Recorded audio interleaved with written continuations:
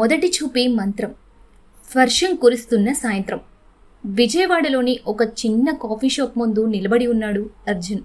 అతని చేతిలో ఒక పుస్తకం, కళ్ళలో ఎన్నో కలలు. అప్పుడే రోడ్డు అవతల నుంచి ఒక అమ్మాయి పరిగెత్తుకుంటూ వచ్చింది.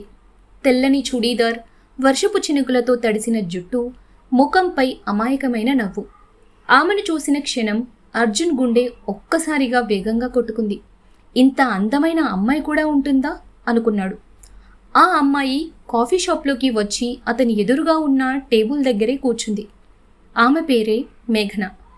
మేఘన ఫోన్లో ఎవరితో మాట్లాడుతూ నవ్వుతూ ఉంటే అర్జున్ చూపులు ఆమెపై నుంచి తిప్పుకోలేకపోయాడు. కొన్ని నిమిషాల తర్వాత మేఘన చేతిలోని పుస్తకం కింద పడిపోయింది. అర్జున్ వెంటనే లేచి తీసి ఇచ్చాడు. థ్యాంక్ యూ అంటూ నవ్వింది మేఘన. ఆ నవ్వు చూసిన అర్జున్ ప్రపంచాన్నే మర్చిపోయాడు. కొన్ని రోజులు గడుస్తూ ఉన్నాయి. కానీ ప్రతిరోజు అదే కాఫీ షాప్లో ఇద్దరూ కలుస్తున్నారు. మొదట హాయ్, తర్వాత చిన్న చిన్న మాటలు, ఆ తర్వాత గంటల కొద్దీ సంభాషణలు. ఇద్దరికీ తెలియకుండానే వారి మధ్య ప్రేమ మొలకెత్తింది. ఒకరోజు మేఘన, అర్జున్, నువ్వు నా జీవితంలోకి వచ్చిన తర్వాత నేను చాలా హ్యాపీగా ఉన్నాను అంది. ఆ మాటలు విన్న అర్జున్ గుండె ఆనందంతో నిండిపోయింది. అతను మెల్లగా లేచి ఆమె చేతిని పట్టుకున్నాడు. మేఘన కూడా అతని చేతిని విడిచిపెట్టలేదు. ఆ సాయంత్రం వీరిద్దరూ కృష్ణా నడి ఒడ్డున నడుస్తూ ఉన్నారు. చల్లని గాలి, అందమైన సూర్యాస్తమయం.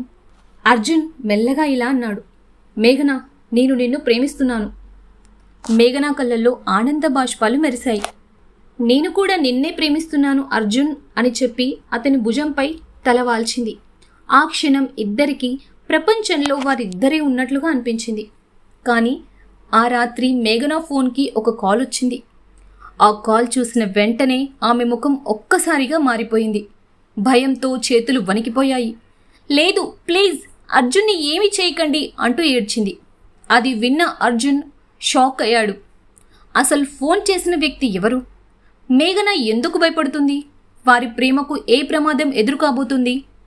ఎపిసోడ్ 2లో మరింత రొమాన్స్, ఎమోషన్, సస్పెన్స్ ఉంటుంది.